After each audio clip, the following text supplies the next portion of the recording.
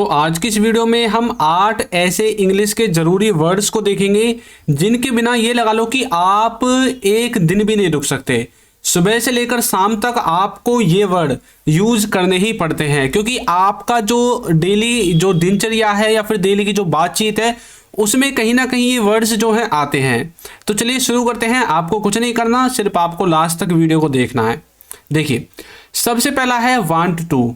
Want to का मतलब होता है चाहता हूं या फिर चाहिए। अब देखिए, कुछ बच्चे यहाँ पर चाहिए को देखकर ना शुड का इस्तेमाल करना स्टार्ट कर देते हैं। किसी भी वाक्य के लास्ट में देखा चाहिए तो शुड का इस्तेमाल करना स्टार्ट कर दिया, लेकिन आपको इसका सेंस पता होना चाहिए। वांट टू का मतलब है कि आपको किसी चीज को लेकर कोई इच्छा है, आप अपनी इच्छा को जाहिर कर रहे हैं कि भाई मुझे ये चाहिए या फिर मैं ये चीज चाहता हूं, वहां पर आपको वांट टू का यूज करना है। लेकिन जो शुड है, शुड का मतलब होता है जब आप किसी को राय देते हैं या किसी से कोई राय लेते हैं, तब आप किसी राय को देने और लेने के लिए शुड का इस्तेमाल करते हैं। शुड का मतलब भी चाहिए होता है और वांट टू का मतलब भी चाहिए ही होता है, लेकिन यहाँ पर आप किसी वस्तु को लेने के लिए सेंटेंस को बोलते हैं, जैसे कि मुझे ये चाहिए, मुझे वो चाहिए, मुझे तुम चाहिए। तो मतलब इस तरह से आप वांट टू का यूज करेंगे। स्ट्रक्चर में सबसे पहले सब्जेक्ट आता है, फिर आपका वांट टू आएगा, फिर वर्ब की फर्स्ट फॉर्म और फिर ऑब्जेक्ट आ जाएगा। देखिए, मैं जाना चाहता हूँ, मैं जाना चाहता हूँ, तो मैं बोलूँगा I want to go, I want to go, मैं जाना चाहता हूँ। अब यहाँ पर आप अपनी इच्छा को जाहिर कर रहे हैं। मान लीजिए कि भाई आप कहीं पर गए हैं और आपको वहाँ पर किसी ने रोक रखा है और आप बोल रहे हैं यार बहुत टाइम हो गया, अब मुझे जाना चाहिए, यानी कि अब मैं जाना चाहता हूँ यहाँ से, अब मुझे हाँ ज़्यादा मत रोको, तो आई वॉन्ट टू गो, मैं जाना चाहता हूँ। वो देखना चाहता है, वो देखना चाहता है, तो बोलेंगे he wants to watch, he wants to watch.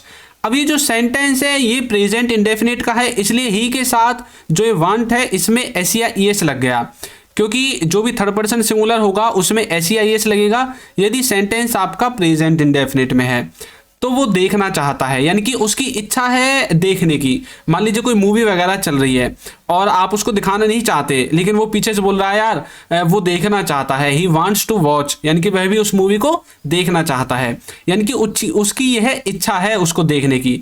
तो जब आपकी कोई इच्छा हो या आपको कोई चीज़ चाहिए तब आप वांट टू का यूज करते हैं। जैसे कि मुझे किताब चाहिए, आई वांट ए बुक, मुझे किताब चाहिए, आई वांट ए बुक। अब कुछ बच्चे क्या करते हैं, आई शुड ए बुक, इस तरह से उन्होंने देखा कि चाहिए आ गया, अच्छा तो मुझे शुड लगाना पड़ेगा, तो आई शुड ए बुक। आपको शुड नहीं लगाना है, आपको वांट ही लगाना है, क्योंकि आप कोई चीज़ की इच्छा कर रहे हैं, ना कि आप किसी को कोई राय दे रहे हैं। जब आपको राय देनी है तब आपको शुड का इस्तेमाल करना है, ठीक है। तो इस तरह से आप वांट टू का इस्तेमाल करेंगे जब आपको कोई चीज़ किसी से मांगनी हो या कोई चीज़ आप चाहते हैं जब। नेक्स्ट देखिए, नेक्स्ट है वुड हैव। वुड हैव भी हमारा एक ऐसा वर्ड है, एक ऐसा मॉडल वर्ब है जो कि सबसे ज़्यादा यूज होता है। देखिए कैसे यूज होता है। इसके दो मीनिंग होते हैं, एक होता है पास होगा, किसी के पास कुछ होगा, और एक होता है काम को कर चुका होगा, कोई किसी काम को कर चुका होगा। अब इसका एक बार हम जो स्ट्रक्चर है उनको देख लेते हैं। जो पास होगा इसका जो स्ट्रक्चर है वो है सबसे पहले सब्जेक्ट, वुड हैव और ऑब्जेक्ट। आपने देखा यहाँ पर कहीं भी वर्ब नहीं है, लेकिन काम को कर चुका होगा, काम कर चुका होगा, इसमें वर्ब की थर्ड फॉर्म है, और इसमें सिर्फ एक ही फर्क है कि इसमें वुड हैव के बाद वर्ब की थर्ड फॉर्म है और इसमें वुड हैव के बाद कुछ भी नहीं है। तो ये इन दोनों में मेन फर्क है। अब देखिए किस तरह से आप करोगे यूज। पहला देखिए, उसके पास पेन होगा, उसके पास पेन होगा, तो यहाँ पे लिखा हुआ है he would have a pen. अब आपने एक बोल तो दिया कि उसके पास पेन होगा, लेकिन इसका जो रियल सेंस क्या है, इसका रियल सेंस ये नहीं है कि फ्यूचर में उसके पास पेन होगा। कभी आप समझने लगो, आपने हो सकता है कि इस तरह से टेंसेस सीखे हो, गागेगी जिसके लास्ट में आएगा वो फ्यूचर का सेंटेंस होगा। जी नहीं, ये अगर गागेगी आएगा तो ये फ्यूचर का नहीं हो सकता, ये तो मैंने प्रेजेंट के लिए बोल दिया है। अब देखिए कैसे बोला है। मान लीजिए कोई व्यक्ति है और उस व्यक्ति की जो पर्सनैलिटी है वो बहुत अच्छी है, ठीक है, और अब आप सोच रहे हैं कि भाई उसके पास एक पेन होगा, उसके पास पैसे होंगे, उसके पास कार होगी। मान लीजिए कोई स्टूडेंट है, ठीक है, और जो स्टूडेंट है उसके पास एक बैग है उसका, और उसके पास कॉपी किताब सारी चीज़ें हैं। अब आप सोच रहे हैं कि यार उसके पास पेन भी होगा, अब आपको पक्का तो नहीं पता है ना कि उसके पास होगा ही, लेकिन आप अपने हिसाब से, अपने अंदाजे से बोल रहे हैं। जब आप इसी तरह से अंदाजे से और हिसाब से बोलते हैं, या फिर आपको ऐसा अनुमान होता है कि ऐसा हो सकता है इसके पास, तब आपको वुड हैव का यूज करना है कि किसी के पास प्रेजेंट में कोई चीज होगी, उसके पास पेन होगा। He would have a pen, वह खेल चुका होगा, तो बोलेंगे he would have played. He would have played, वह खेल चुका होगा। वो देख चुके होंगे, दे वुड हैव सीन, या फिर वॉचर का यूज भी आप कर सकते हैं, ठीक है। तो दे वुड हैव सीन, इसका मतलब क्या? इसका मतलब ये है कि मान लीजिए कि आप अपने घर वालों को ना कोई मूवी वगैरह देखते हुए छोड़कर आए थे कि भाई वो आपका जो टीवी है, एलईडी एंड्रॉइड टीवी, जो भी आपका घर में टीवी है, उस टीवी में वो मूवी देख रहे थे और आप उनको देखते देखते छोड़कर बाहर आ गए। अब आपके जो घर के बाहर आपके जो पड़ोसी हैं वो आपसे पूछ रहे हैं कि भाई आपके घर वाले कहाँ हैं? आपने बोला वो तो भीतर है, वो तो टीवी देख रहे हैं। वो बोल रहे हैं अच्छा मैं उन्हें बुला लूं? आप बोलोगे हाँ बुला लो, कोई नहीं, अब तक तो उन्होंने टीवी देख लिया होगा, यानी कि वो उस मूवी को देख चुके होंगे। अब कोई काम कर लिया होगा या फिर कोई काम कर चुके होंगे, मतलब तो एक ही है ना कि काम खत्म हो गया है आपके हिसाब से। बाकी आपको पूरी तरह से कंफर्मेशन नहीं है, आपको पूरी तरह से पक्का नहीं पता है कि भाई हाँ कर ही लिया है, काम खत्म ही हो गया है, ऐसा नहीं पता है। अगर ऐसा पता होता तो हम ऐसा क्यों बोलते कर चुके होंगे, हम बोलेंगे वे देख चुके हैं। होंगे क्यों बोलते भाई? अगर होंगे तभी बोलेंगे ना जब हमें कंफर्मेशन नहीं है। तो वे देख चुके हैं तो हम हैज हैव का यूज करते प्रेजेंट परफेक्ट में, लेकिन वो देख चुके होंगे तो अब हमें वुड हैव का वर्ब की थर्ड फॉर्म के साथ इस्तेमाल करना है, ठीक है। तो ये इसका कुछ इस्तेमाल है वुड हैव का। तो इस तरह के सेंटेंसेस भी आप बहुत सारे बना सकते हैं वुड हैव का इस्तेमाल करके, कि आपके हिसाब से अभी प्रेजेंट तक किसी ने कोई काम कर लिया होगा या कोई किसी काम को कर चुका होगा आपके हिसाब से। जैसे कि वो पढ़ चुके होंगे, उसने खाना खा लिया होगा, वो देख चुके होंगे, वो सो चुके होंगे, आपके हिसाब से, ठीक है। हो सकता है कि वो भी ना सोए हो सकता है कि उन्होंने भी ना पढ़ा हो सकता है कि उन्होंने भी खाना ना खाया हो, लेकिन आपको ऐसा लगता है, आपको ऐसा महसूस हो रहा है कि ऐसा कर लिया होगा, तब आपको वुड हैव का इस्तेमाल करना है। एक और देखिए, नेक्स्ट है हैविंग टू। हैविंग टू के दो सेंस हैं। एक है पढ़ रहा है, क्या है? पढ़ रहा है, यानी कि किसी को कोई काम करना पड़ रहा है। और एक है पढ़ रहा था, वो पास्ट के लिए हो जाता है। तो था पढ़ रहा था यानी कि पास्ट में कोई काम करना पड़ रहा था, पढ़ रहा है मतलब प्रेजेंट में कोई काम करना पड़ रहा है।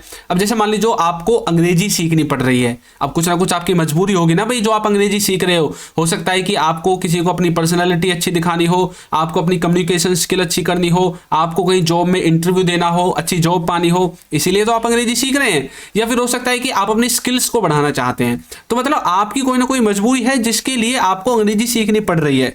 तो इसी तरह से हैविंग टू का मतलब है कि किसी को कोई काम करना पड़ रहा है। अब ये आपके ऊपर डिपेंड करता है कि भाई आपकी मजबूरी क्या है, आपका जो सिचुएशन है वो क्या है, ठीक है। तो इसका जो स्ट्रक्चर है उसमें हम सबसे पहले सब्जेक्ट यूज करेंगे। क्या यूज करेंगे? सब्जेक्ट। फिर आपको इज, एम और आर, इन तीनों में से एक लेना है। अब ये डिपेंड करेगा कि आपका ये जो सब्जेक्ट है ना ये क्या है। यदि ये ही है, सी है, इट है, या फिर किसी व्यक्ति का नाम यहां पर आता है, तब आपको इज का यूज करना है।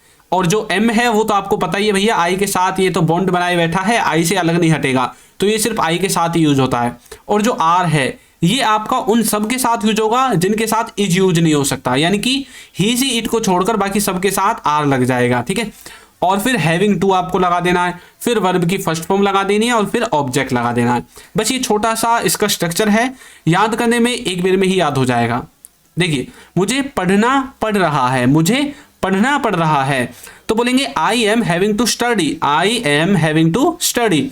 अब भाई देखिए, आपको पढ़ना क्यों पड़ रहा है? भाई आपको पास होना है, अच्छे नंबर लाने हैं, आपको होशियार बनकर दिखाना है, इंटेलिजेंट बनकर दिखाना है, मोहल्ले में अपना नाम करना है कि भाई फलाने के लड़के के भी, फलाने की लड़की के भी इतने अच्छे नंबर आए हैं, इसलिए आपको पढ़ना पड़ रहा है। तो मतलब ये भी आपकी मजबूरी है। तो एक तरह से मजबूरी को दिखाता है हैविंग टू, मतलब आप कोई काम ना चाहते हुए भी करना पड़ रहा है आपको। I am having to study. उसे खेलना पड़ रहा है, उसे खेलना पड़ रहा है। अब भाई देखिए, हो सकता है कि उसका मन ना हो खेलने का, लेकिन फिर भी उसे खेलना पड़ रहा है, तो बोलेंगे he is having to play, he is having to play, उसे खेलना पड़ रहा है। तुमको खाना पड़ रहा है, you are having to eat, you are having to eat. अब देखिए, यदि इन्हीं सेंटेंसेज को आपको पास्ट में बनाना है, पढ़ रहा था इस वाले सेंस में, तो आपको कुछ नहीं करना, सिर्फ दो चीजें, मतलब वैसे तो एक ही चीज चेंज करनी है। ये जो इजम आ रहा है ना, इस वाली को हटा करके आपको वाज वर लगा देना है। पास्ट में यूज होता है ना वाज वर, प्रेजेंट में तो इजम आर यूज होता है, पास्ट में वाज वर यूज होता है, तो आपको सिर्फ वाज वर को लगा देना है। आप बोलोगे I was having to study, he was having to play, you were having to eat. ले जी, बन गए आपके पास्ट में। उसे पढ़ना पड़ रहा था, पास्ट में था आएगा, तो I was having to study. उसे खेलना पड़ रहा था, he was having to play. तुमको खाना पड़ रहा था, you were having to eat. तो लो, पास्ट में भी बन गया, प्रेजेंट में भी बन गया, एक तीर से दो निशाने लग गए। नेक्स्ट है वुड बी। अभी हमने इससे पहले वुड हैव देखा था, उसका मतलब हमने देखा था कि कोई किसी काम को कर चुका होगा या फिर किसी ने कोई काम कर लिया होगा, और दूसरा था किसी के पास कोई वस्तु होगी। लेकिन जो ये वुड भी है ना, ये वही एक ऐसा मॉडल वर्ब है जिसको आप सुबह से शाम तक कम से कम 3 से 4 बार इस्तेमाल कर देते हैं अपने घर में ही। बाहर की तो दूर की बात है, अपने घर में ही इस्तेमाल कर देते हैं। देखिए कैसे, इसका एक सेंस है होगा और एक है रहा होगा। मतलब कोई कहीं पर होगा प्रेजेंट में, आपके हिसाब से कोई प्रेजेंट में कहीं पर होगा, करते हो ना यूज। आप बोलते हो मम्मी रसोई में होगी, पापा पल्ले रूम में होंगे, भाई बाथरूम में होगा, वो छत पर होगा, बोलते हो ना कई बार, तो तब होगा आएगा। एक रहा होगा, जैसे कि वो खाना खा रहा होगा, वो टीवी देख रहा होगा, मम्मी खाना बना रही होगी, वो पढ़ रहा होगा, मतलब कोई किसी काम को कर रहा होगा, इस वाले सेंस में। स्ट्रक्चर दोनों के अलग अलग हैं। जो होगा इसमें आपको सब्जेक्ट, वुड बी, ऑब्जेक्ट आएगा।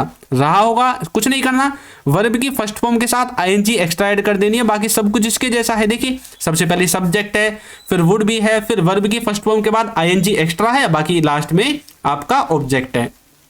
बस ये है इसका छोटा सा काम। चलिए एग्जाम्पल्स देखते हैं। वह घर पर होगा, वह घर पर होगा, तो बोलेंगे he would be at home, he would be at home. वह घर पर होगा, कई बार बोलते हैं भाई वह घर पर होगा, जाके देख लो ना, he would be at home. अब कुछ बच्चे बोल लेंगे सर इसमें हम मे बी का इस्तेमाल कर सकते हैं। जी हाँ, बिल्कुल कर सकते हैं। आप ये भी बोल सकते हैं ही मे बी एट होम, ठीक है, तो दोनों ठीक है, दोनों का इस्तेमाल आप कर सकते हैं। माइट का भी कर सकते हैं, he might be at home. लेकिन माइट का जब करेंगे जब आपको बिल्कुल भी ऐसा नहीं लगता कि वो घर पर होकर आप उसको झूठ बोल रहे हैं, तुक्का मार रहे हैं। बिल्कुल 100% जब आप तुक्का मारेंगे तो माइट का यूज कर सकते हैं। जब आपको ऐसा लगता है कि हो भी सकता है नहीं भी हो सकता तो मे का यूज करेंगे। और जब आपको ऐसा लगता है कि भाई 90% घर पर ही होगा तो वुड का इस्तेमाल कर सकते हैं। पापा ऑफिस में होंगे, पापा वुड बी इन ऑफिस, पापा वुड बी इन ऑफिस। वह खेल रहा होगा, तो बोलेंगे he would be playing, he would be playing, वह खेल रहा होगा। तो इस तरह से आप वुड बी का इस्तेमाल कर सकते हैं 3 अलग अलग केसेस में। वह खेल रहा होगा, इसका मतलब ये नहीं है कि आने वाले समय में खेलेगा, इसका मतलब ये है अभी आपके बोलते टाइम वो खेल रहा होगा। मान लीजिए कि आपका एक छोटा भाई है और वो भी खेलने के लिए गया है, और उसका एक जो दोस्त है वो आपके पास आता है, पूछता भैया भैया वो आपका छोटा भाई कहाँ पर है। आप बोलोगे वो तो खेलने गया, अभी खेल रहा होगा, आ जाएगा थोड़ा बहुत देर में। मतलब अभी खेल रहा होगा, खेलने गया है, खेल रहा होगा अभी वहां पर। तो मतलब आपको पक्का नहीं पता है, हो सकता है उसने खेलना बंद कर दिया हो, लेकिन आपके हिसाब से तो वो खेल ही रहा है ना, तो इसलिए हम वुड बी का इस्तेमाल करते हैं वर्ब की फर्स्ट फॉर्म में आईएनजी लगाकर। मुझे आशा है कि आपको समझ में आ गया है। तो देखिए हमारा जो कोर्स है इंग्लिश ग्रामर का, हमारा जो कोर्स है वो लॉन्च हो चुका है, और ये जो है इसमें हम बेसिक से एडवांस लेवल तक इंग्लिश ग्रामर को पढ़ेंगे। इसमें हमने इंग्लिश के सभी क्लास नोट्स आपको प्रोवाइड कराए हैं। आप बच्चों के साथ प्रैक्टिस कर सकते हैं, वॉइस और चैट दोनों तरह से। A to Z video lectures आपको मिलेंगे, प्रैक्टिस क्विज मिलेगी, और जब आप कोर्स को कंप्लीट कर लोगे ना तो आपको एक सर्टिफिकेट भी दिया जाएगा हमारे चैनल की तरफ से, ठीक है। और यहाँ पर ये जो प्राइस है ना इसका फिलहाल डिस्काउंट में है, तो आपको 299 में मिल रहा है अभी फिलहाल, तो जाकर ज्वाइन कर लीजिए। और जिन बच्चों को हमारी बुक्स चाहिए, जिन बच्चों को ये लगता है कि सर हमें ई बुक्स की ज़रूरत है, हमें ई बुक्स चाहिए, तो उसका लिंक भी आपको नीचे डिस्क्रिप्शन में मिलेगा, वहाँ से जाकर आप इन्हें भी परचेज कर सकते हैं, ठीक है। तो आगे देखते हैं। Will have to, will have to का मतलब है कि करना पड़ेगा या करनी पड़ेगी। मतलब किसी को आने वाले समय में कोई काम करना पड़ेगा, जैसे आप बोलते हैं ना भाई तुझे वहाँ जाना पड़ेगा, मुझे नहीं पता, तुझे ये काम करना पड़ेगा, मतलब किसी को कोई काम करना पड़ेगा आने वाले समय में, वहाँ पर हम विल हैव टू का यूज करते हैं, ठीक है। स्ट्रक्चर में सबसे पहले सब्जेक्ट, फिर विल हैव टू, फिर वर्ब की फर्स्ट फॉर्म और फिर ऑब्जेक्ट आएगा। मुझे जाना पड़ेगा, I will have to go, I will have to go. तुम्हें करना पड़ेगा, you will have to do, you will have to do. तो इस तरह से किसी को आने वाले समय में कुछ करना पड़ेगा, वहां पर आप विल हैव टू का यूज करेंगे और इसके बाद आपको वर्ब की फर्स्ट फॉर्म लगानी है, ठीक है। नेक्स्ट है अबाउट टू। अबाउट टू का मतलब है होने वाला है, कोई चीज, कोई काम होने वाला है या फिर हम किसी काम को करने वाले हैं, होने वाला है या फिर हम किसी काम को करने वाले हैं। देखिए स्ट्रक्चर में देखिए सबसे पहले सब्जेक्ट, फिर इज एम आर प्रेजेंट के लिए, वाज वर पास्ट के लिए, उसके बाद अबाउट टू वर्ब की फर्स्ट फॉर्म और फिर ऑब्जेक्ट आ जाएगा। यहां पर आपको एक चीज याद रखनी है कि ये जो अबाउट टू है इसको हम प्रेजेंट और पास्ट दोनों के लिए यूज कर सकते हैं। जैसे कि वह आने वाला है तो बोलेंगे he is about to come. मान लीजिए आपका कोई दोस्त है और वो भी रास्ते में आ रहा है, आपने उससे बात की है, उसने बोला कि भाई मैं बस आने वाला हूँ। तो अब आपके घर वाले पूछ रहे हैं भाई आपका जो दोस्त आ रहा था वो कहाँ पर है, तो आप बोलेंगे कि उसने मुझसे बोला था कि वह आने वाला है, he is about to come, वह आने वाला है। तुम सोने वाले थे, you were about to sleep, you were about to sleep, हम देखने वाले हैं, we are about to watch, we are about to watch. तो इस तरह से आप अबाउट टू का यूज करेंगे, कोई काम होने वाला है। सपोज्ड टू, जिसका मतलब है कि कुछ करने की उम्मीद की जाती है किसी व्यक्ति से। जब आपकी उम्मीद होती है किसी व्यक्ति से, यार वो उसे हमारी मदद करनी चाहिए, उसे ये करना चाहिए, उसे हमारे पास आना चाहिए, हमें पढ़ना चाहिए, मतलब आप किसी से उम्मीद कर रहे हैं कि कोई ऐसा करे आपके लिए, तब आपको सपोज्ड टू का यूज करना है। स्ट्रक्चर में सबसे पहले सब्जेक्ट, सपोज्ड टू, वर्ब की फर्स्ट फॉर्म और फिर ऑब्जेक्ट आएगा। जैसे कि उन्हें हमारी मदद करनी चाहिए। अब देखिए आप यहाँ पर ये चाहिए को देखकर शुड मत लगा देना। कुछ बच्चे सोचेंगे चाहिए आ गया, अच्छा हम पे नहीं बनेगा ये सेंटेंस, अभी लगाते हैं should. They should suppose to help us. तो आप किसी को राय दे रहे हैं क्या? आप किसी को राय नहीं दे रहे यहाँ पर, आप अपने मन में ऐसा सोच रहे हैं यार उन्हें हमारी मदद करनी चाहिए। आप अपने प्रति एक सहानुभूति दिखा रहे हैं कि उन्हें हमारे साथ ऐसा करना चाहिए, ठीक है, आप किसी को बोल नहीं रहे हैं। तो they are supposed to help us, तुम्हें वहां जाना चाहिए। अब यहां पर तो हम उसे उम्मीद कर रहे हैं जाने की, लेकिन आप इसको शुड के द्वारा बना सकते हैं। सिर्फ इस वाले वाक्य को यू शुड गो देयर ऐसे बोल सकते हैं, लेकिन आप उसको सलाह ना देकर उससे कोई उम्मीद करें, यार उसे वहां जाना चाहिए, तुम्हें वहां जाना चाहिए, ऐसी हम उम्मीद कर रहे हैं, ना कि आपको सलाह दे रहे हैं। सलाह देना अलग बात है, किसी से कोई उम्मीद करना अलग बात है। तो you are supposed to go there, you are supposed to go there, हमें अब पढ़ना चाहिए। We are supposed to study now, we are supposed to study now. इस तरह से आप सपोज्ड टू का इस्तेमाल करेंगे। एक है आपका यूज्ड टू हैव, जिसका मतलब है हुआ करता था, मतलब किसी के पास पास्ट में कुछ हुआ करता था, कोई चीज हुआ करती थी। जैसे कि स्ट्रक्चर देखिए, सबसे पहले सब्जेक्ट, यूज्ड टू हैव और ऑब्जेक्ट। एग्जांपल देखिए, उसके पास कार हुआ करती थी, he used to have a car, मतलब पास्ट में उसके पास एक कार हुआ करती थी। कई बार आप बोलते हैं ना भाई उसके पास एक कार हुआ करती थी, आपको नहीं पता है, या फिर उसके पास एक कार होती थी पास्ट में। हुआ करती थी या होती थी, बात एक ही तो है, मतलब आप पास्ट की इस चीज को बताना चाहते हैं जो पास्ट में उसके पास हुआ करती थी।